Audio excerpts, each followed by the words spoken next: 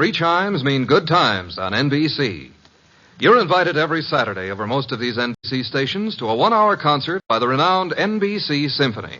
Tomorrow's symphony performance features Metropolitan Opera star Helen Trouble as guest soloist. For tomorrow's broadcast, the orchestra will be under the baton of the widely acclaimed conductor Wilfred Pelletier. For the world's great music, hear the NBC Symphony, brought to you tomorrow and every Saturday. Transcribed. Ladies and gentlemen, the ringing of that phone bell brings you mystery, adventure. Nero Wolfe's office, Archie Goodwin speaking. Yes, who's calling? Mr. John Blake? Well, is this a matter of business? That's fine, Mr. Blake. I'll just call him. Archie, I'm not here. Tell him I'm up in the plant room with the orchids. I was going to call him to the phone, but he's up in the plant room with his orchids. What sort of a case is this, sir? Really? Really, is that so? Is it a man or a woman? Oh, I understand perfectly. It's a man. Well, at least that's something different. Yes, sir. Very urgent, I understand. And I assure you, Mr. Wolfe will be here waiting for you. The fee? Shall we say about, 1,000? I will not see any client until after dinner. Fritz is having mountain quail on toast. Yes, Mr. Blake. Come at once. What were you saying, boss? Confound you, Archie. Nothing but business. All the time. What's the problem? I don't know. And at $1,000, considering our bank balance, I'll help him poison his great-grandmother.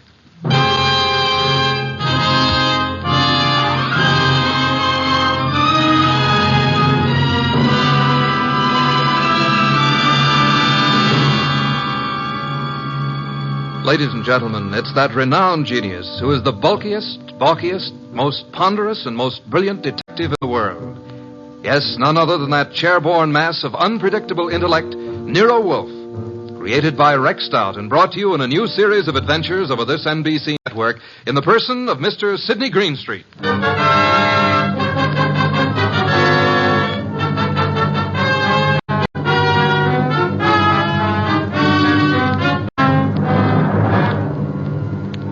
What we chose to refer to as the case of the Hasty will began, of course, with an urgent phone call from the mysterious John Blake.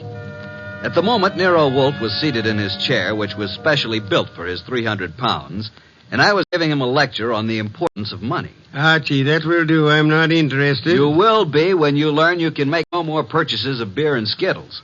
You've passed up 2 cinch cases now. Each would have meant a healthy fee. Let us hope this Mr. Blake has a nice, fat problem that will take us days to solve. Archie. Yes, sir? Answer the door. Good evening. I'm John Blake. Oh, yes. Come in, Mr. Blake. You have no idea how welcome you are. Archie, show Mr. Blake in and close the door. That draft is unbearable. This way, sir. Mr. Wolfe doesn't care for anything resembling air.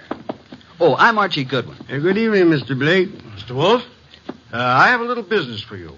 Now, before you say anything, I know you're not a lawyer. I'm not a member of the bar, let us say, Mr. Blake. Of course. What kind of business, Mr. Blake? I have here a short will, which I have typewritten myself. I haven't signed it yet. Also, I have here a sealed envelope containing a letter which I want you to be prepared to deliver to the addressee. A will and a letter. Very well. Yes. Do you know who I am? Seems that I've certainly seen you before. Same here. I just can't place you. Well, I'm John Blake, president of the Plymouth Building and Loan. Oh, of course. I've seen your picture many times. You have a staff of the best attorneys in the city, Mr. Blake, and this is most assuredly the business of attorney. Perhaps. But in this particular instance, I wanted an individual who had no interest in me, nor previous knowledge of my affairs. I see. Also, I wanted a person who was, shall we say, not too well fixed. Well, you certainly couldn't Archie. Imagine Mr. Wolfe being in need of money. Just why can't your attorneys handle this? Well, you'll know in a moment. But when I leave here, I want you to forget the whole thing, for the time being. Indeed. You have said it. Here's the will. You may read it. Archie. January 25, 1951. To my daughter, Anita Blake, I do hereby bequeath all my property, personal and real, including the portrait painting of her mother, my dear deceased wife, Marcy Blake. This will supersedes any and all instruments previously drawn. So, simple enough, isn't it? That's all. Now, the pen, please, and I'll sign it. Now then, you sign as witness, Mr. Goodwin. You retain the will, Mr. Wolfe, and the envelope here, which is addressed to Hilary Blake, my brother, who is now living in this city. Your brother? He's just recently returned from 25 years in Australia. Well, Hilary has written me several times. I have not favored him. We've been estranged these many years over, a certain unpleasant situation which this enclosed letter will clear up. Are you in fear of your life, Mr. Blake? Murder? No, Mr. Wolfe. There was a time, yes, but, not now. You will know what to do with the will and the letter, though, when the time arrives. Now, as to your fee, you said, 1,000? Well, we usually receive... 1,000 will do. Well, here's a check, all made out.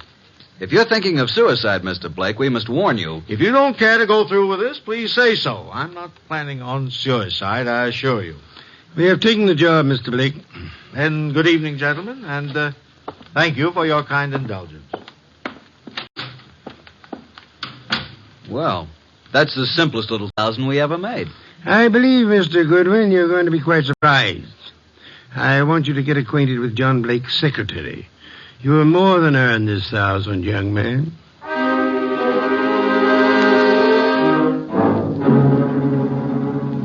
Archie! Archie, is that you? Yes, boss. What time is it? It is 6 p.m. The clock is right in front of your eyes. I'm thinking, Archie, it's very interesting. Very. An entire day has passed since the visit from John Blake. Did you learn anything from Blake's secretary? I did. He left his office late yesterday, she said. His daughter Anita is quite upset because he didn't come home. Check his club? Yup. I didn't talk to the daughter, but I learned that she's engaged to a young fellow named Wilbur Martin. She told the secretary that her father had been acting strangely of late, a bit morose. And what does the daughter feel has happened? Anita's afraid he's been kidnapped. You haven't met nor talked to any other than the secretary? Not yet. And so far, no one's called the police. Good. We must, for the time being, prevent that. What did you learn of Blake's brother from Australia? He's been here only a year.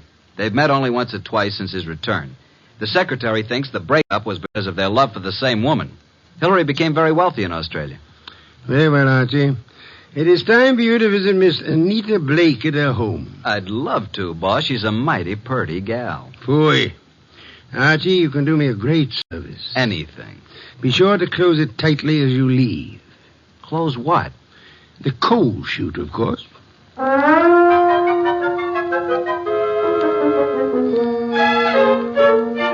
I'm awfully glad you could come, Uncle Hilary. Wilbur seemed to think you might know something about Father's disappearance. No, I don't know, Wilbur. I'm just as nonplussed as you are. When did you see your brother last? Oh, it's been 4 or 5 months. Why? Well, I just wanted to know. What do you two think has become of him? Surely you know his recent actions better than I. Well, at first I thought he'd been kidnapped. Now I'm afraid it's suicide. Oh, I say, really now. Have you been putting such ideas into our head, young man? On the other hand, could have been murder. Oh, indeed. Well, I suggest that the police be called. Hospitals, the morgue, every place. Have you thought of doing that, young man? I was going to. Oh, really? Then what are you stalling about? I'll just step into the library and do it myself. Oh, it can't be, Wilbur. It just can't be. Miss Blake, there's a Mr. Goodwin to see your father. Oh, I'll see him. Thank you, Miss Blake. I'm Archie Goodwin. This is my fiancé, Mr. Wilbur Martin. Mr. Martin? How do you do? What is it you want, Mr. Goodwin? Is your father here, Miss Blake? Why, no. No, he isn't. What is your business, Mr. Goodwin? Why do you want to see Mr. Blake? As a matter of fact, I don't really want to see Mr. Blake because I don't think he's here. I came to see Miss Blake. Just who are you? I'm a detective. Police? Private investigator with Nero Wolfe. John Blake has disappeared. I know you're trying to keep it out of the press because you think he's been kidnapped. We have called the police. Oh, what do you think has happened to my father? I think he's dead. Oh, dear. Why do you think that? Yes. Just what do you know, Mr. Goodwin? Oh, Anita, I want to ask you a few questions. I think it's advisable. Mr. Blake. Yes? I thought you were done for. That is... I don't think I... This chap is a detective. I'm sorry about this, Mr. Blake, but curiosity got the better of me. I hope I haven't wrecked things. What are you talking about? You remember the agreement. What agreement? Mr. Goodwin, do you know who you're talking to? Why, yes, John Blake. Oh, no, Mr. Goodwin. This is my Uncle Hilary, my father's brother. Hillary. Hillary Blake? Yes, my father's twin brother. John and Hillary were twins. Of course. Well, that's news to me. I didn't know that. What did you know about him? Well, now that I look at him, now that I can recall his speech, there is a difference. And now, why do you think John Blake is dead? I've just come from police headquarters. Oh, you mean he's been murdered? No. From all indications, he's committed suicide. Suicide? Are you sure? Poor father. Oh, I was afraid of this. This morning, a hat and an overcoat were found on the East River docks near Pier 9. In the coat was a typewritten copy of a will made yesterday. The hat bears the initials J.B. There was a will? Yes. Could you identify the hat and coat, Miss Blake? Well, yes, of course. Very well. Come in, Sergeant. This is Sergeant Hanlon. Miss Blake, do you recognize this coat and hat? Yes. Oh, yes, I do. They were father's.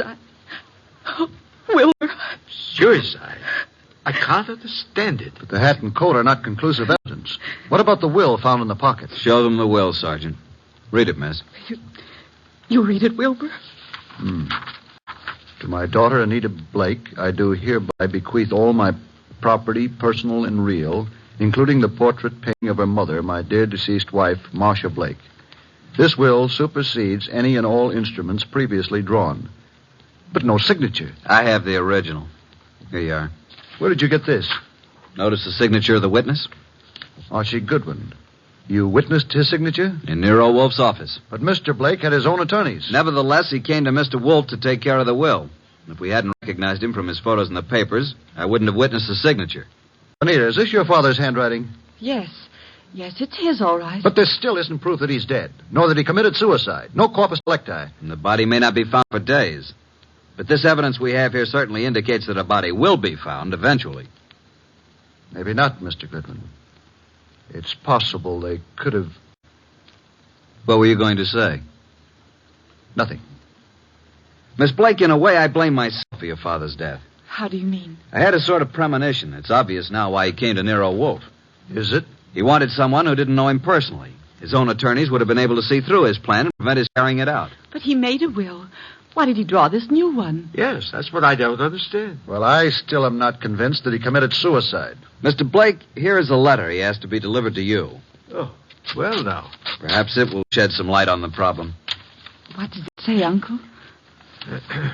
Jove. It says, Hillary, for 25 years now, jealousy and bitterness have kept us apart. I know why you stayed in Australia all these years. I know you loved Marcia. She was rightfully yours. But I loved her, too, and I couldn't go on without her. I know you've despised us both, and I've pretended to despise you. I had to pretend, because I lied to Marcia. I told her you were engaged to marry a woman in Sydney. Marcia was innocent. I was to blame. When Marcia died last year, and you wrote that you were coming back, I knew then that your resentment had faded, but I didn't answer you, and I've kept away from you because I couldn't face you. I've told you all this because things have happened, which you will learn soon enough, that have decided me to close my book and write fini. I have made a new will, leaving everything I possess to Anita. Anita is young, Hillary, and I beg you to watch after her as though she were your own, which, but for my selfishness, she might well have been. Forgive me, Hillary. Well, this certainly indicates suicide. But what does he mean by things have happened? That, Miss Blake, is the motive, for which we'll just have to wait. Yes, for that and the body.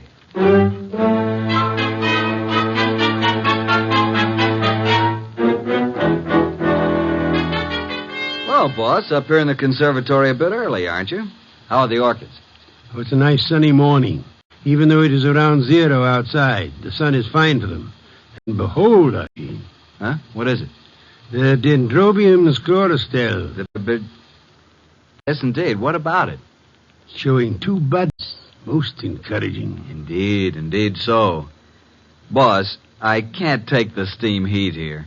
Tell me, this painting of Marcia Blake, is it large? It hangs over the Blake mantle, about 3 by 4 feet.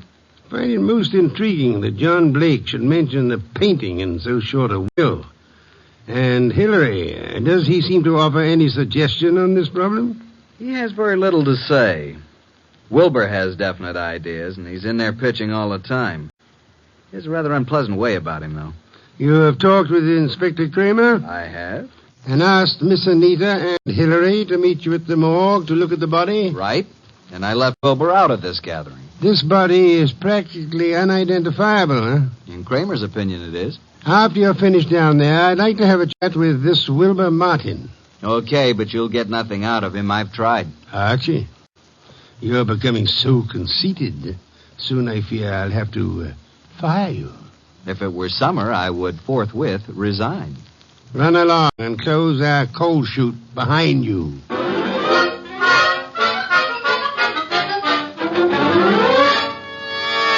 Morning, Inspector Kramer. Up early. Yeah, Goodwin. I just love to come down to this morgue. This is Miss Anita Blake and her Uncle Hillary Blake. Howdy How do you do. do? Good morning, Mr. Goodwin. I hope you don't object too much to my joining the proceedings. Oh, I know, Wilbur. I suppose it's all right. Please, Mr. Goodwin, what's happened? There's a body here. Rather badly bruised and cut and in a bad condition, but I think you should look at it. Oh, I'm sorry, Miss Blake, but I'm afraid it's necessary. very well. I'll be all right. I'd like to come along. Oh, yes, Wilbur, you must. Well, come on. This way.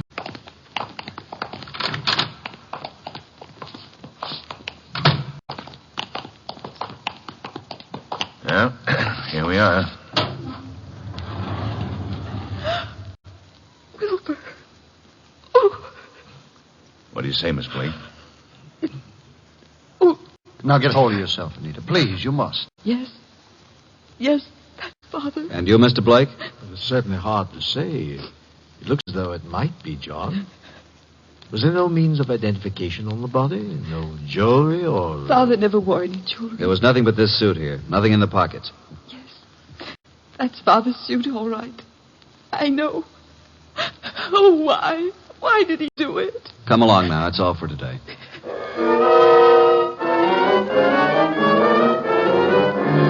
Mr. Wolfe, this is Mr. Wilbur Martin. Ah, yes. How do you do, Mr. Martin? Sit down. Thank you, sir. No. Take the red leather chair. That's right. So glad you could come. Archie, beer first. Tell me, Mr. Martin, you saw the body? I did. Whether it was John Blake or not, I'm not sure. But Anita feels positive enough. You are skeptical about the suicide theory, huh? Well, yes, I am. Are you trying to cast suspicion on someone else? No. He thinks he was murdered. I do? But not by you, of course. Certainly not. But who would know that John came here, signed the will, and gave us the letter to his brother? He must have contemplated suicide, don't you think? Are you positive it was John Blake who signed the will? How interesting. You think it was his brother Hillary who came here, posing as John, huh? It could have been. But the man was quite gray and had no Australian accent. Hillary could have dropped the accent for a short while and grayed his hair, and they were twins. So enlightening, Mr. Martin. Do go on. After he left you here, he could have killed John and thrown him in the river, and left his overcoat and hat on the wharf. And why would Hillary kill John? Well, there may have been several reasons. Maybe because of Marcia. Well, several reasons. Tell me, did John Blake object to your engagement to Anita? No, why should he? I don't know. I merely asked. Anita Blake identified her father's handwriting. She identified the body. You still believe it's murder? Maybe she only thought it was his handwriting. You had best be careful, Wilbur. In trying to make a murder out of this, you might place yourself in a most unhappy position. I checked the letter and the will with papers at John's office, and the handwriting is identical, in my opinion. Maybe Hillary is clever at forgery. Maybe. Did you the experts check the writing? Not yet. Then how can you tell unless you had a bona fide sample of Hillary's writing? I take it that you found a sample of Hillary's writing? Some letters from Hillary to John? Yes. I found a package of them in John's desk at his home. That, Wilbur, is most encouraging. Here they are. Several of them tied together. Some written in 1928 and a couple in 1948. Now, we'll tell you something. We never thought John committed suicide either. You didn't? No, and before you go, Wilbur, write your name here on this pad. Very well. Thank you so much. I hope we shall see you tomorrow.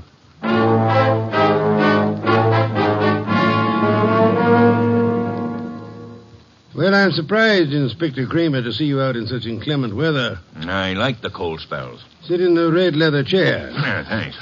Good. Have your experts finished checking the will and the letter? Yep, but not all through with the package of Hillary's old letters that Wilbur found. What's the verdict? If this is forgery, it's the cleverest bit of forgery we've ever come across.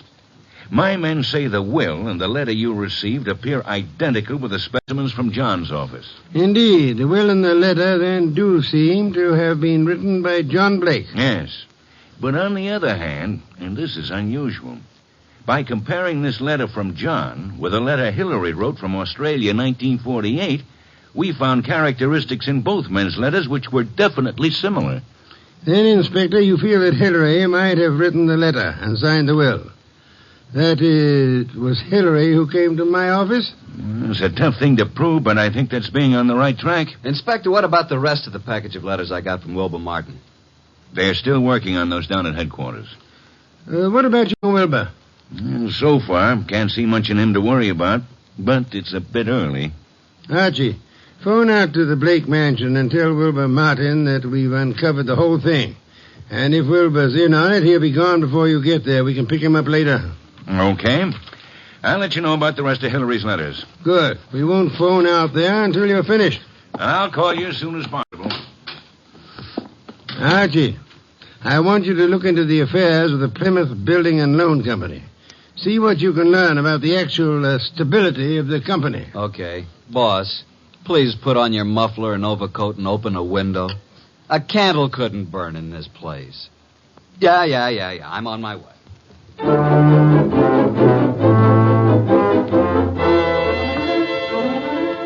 Anita. What is it, Will? What's happened? I came out as soon as I heard. Well, what's happened? Speak up, man. You haven't heard? You don't know? No, what? Look at these headlines.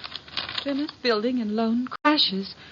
Wilbur, what does this mean? It means your father embezzled the funds of the company and he has gone to the wall. What? Yes, close the Oh, doors. no, Wilbur, no, I can't believe such a I'm thing. sorry, Anita, but there it is in black and white. Then this is the motive for John's suicide. Why? Why? Because he knew he was caught. What else? He could put the money back, couldn't he? Yes, but maybe he lost it by trying to make more to cover up the shortage. I don't think he lost it. You don't? No. Oh, nonsense. He must have. Else why would he kill himself? Maybe he didn't kill himself. Oh, this is awful. Oh, please, Anita, you mustn't worry. I know this is very embarrassing for you, but it isn't your fault. Now, let me take you away for a while. We can run down to Mexico until this blows over. You won't take her to Mexico. You won't take her any place. Just what do you mean? What's wrong with you, Wilbur? You're acting stupid. Your father may have fleeced the company, but I don't believe he lost the money. Wilbur. He hid the money, and your Uncle Hillary found the hiding place. And he set up the suicide to cover your father's murder. Hillary killed him. Oh, you're crazy. You're out of your mind. Why, this doesn't make sense. I have all the money I need. Yes, you have now. Pack your things, Anita. I'll phone the airport for reservations. You can't leave at a time like this. You won't leave this room. Do you know what can be done to you for threatening people with firearms? I'll call the police. You don't need to call the police. I've just talked to that detective, Mr. Goodwin. He's on his way here. The police have uncovered everything. I know you killed John, and you have the money. Wilbur, you're out of your mind. I know what I'm talking about. Get out of here. Get out. I won't leave. No one will leave till Goodwin comes.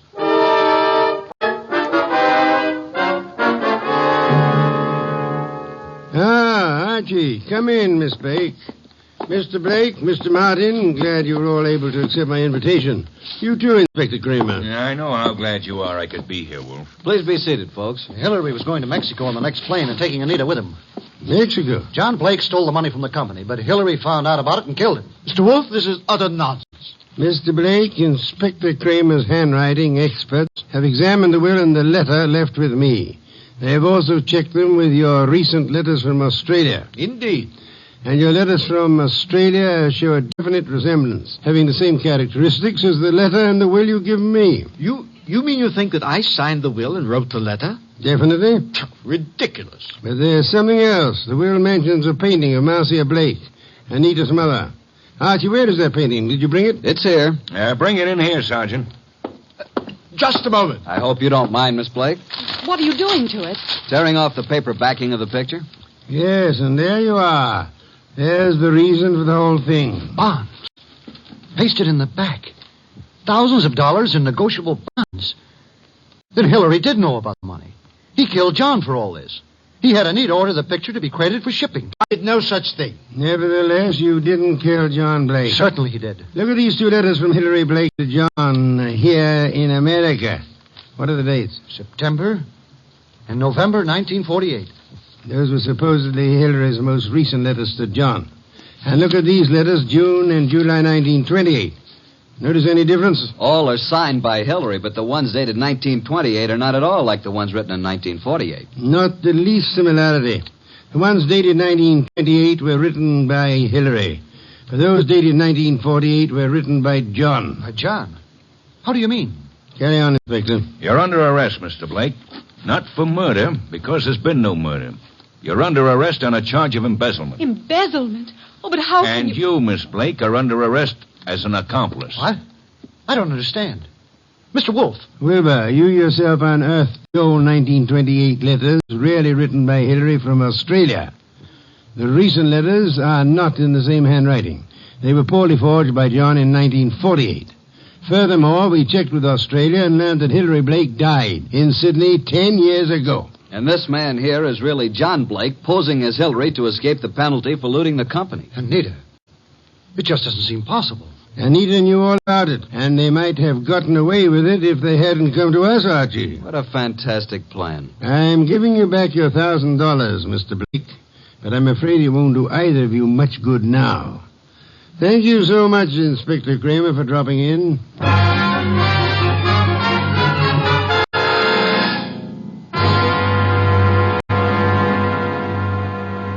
Well, boss, that was a clever bit of deduction. You really think so, Archie? It was quite a blunder for so clever a man as John Blake. Why did he make the mistake of coming to us? There are many holes in the plans of the criminal mind. He must have forgotten about the 1928 letters, or he would have destroyed them. And he underestimated Wilbur's intelligence. And I thought he was a dope, too. But he was half right. He really slipped up on the body in the morgue. Inspector Kramer was most kind to cooperate with us in that little act. Anita was too eager to identify the first body she saw. And the painting. You sensed there was more importance attached to it than the fact that it was a work of art. True. Some beer, please, Archie. Coming up, boss? Now, that brings me to an unpleasant subject. What's that? You were talking about resigning. Are you still in that frame of mind? Resigning? When did I say anything like that? Then you're going to be content with conditions as they are? Why, of course. What are you saying? And you don't mind it a bit as long as this dreadful weather continues? Well, not at all. Don't mind what? Going in and out of the house through the coal chute.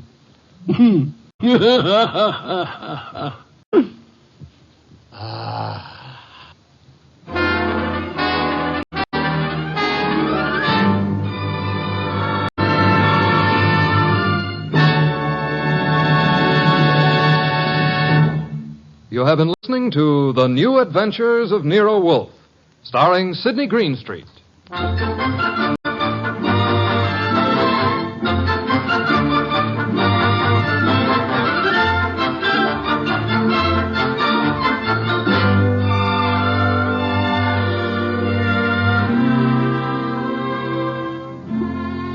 Tonight's transcribed story by John Edison was based on the characters created by Rex Stout and produced and directed by J. Donald Wilson. In tonight's cast were Harry Bartell as Archie Goodwin, and Victor Rodman, Louise Arthur, Hal Gerard, and Bill Johnstone. Next week at this same time, Nero Wolfe and Archie will bring you The Case of the Disappearing Diamonds. Don Stanley speaking. 3 chimes mean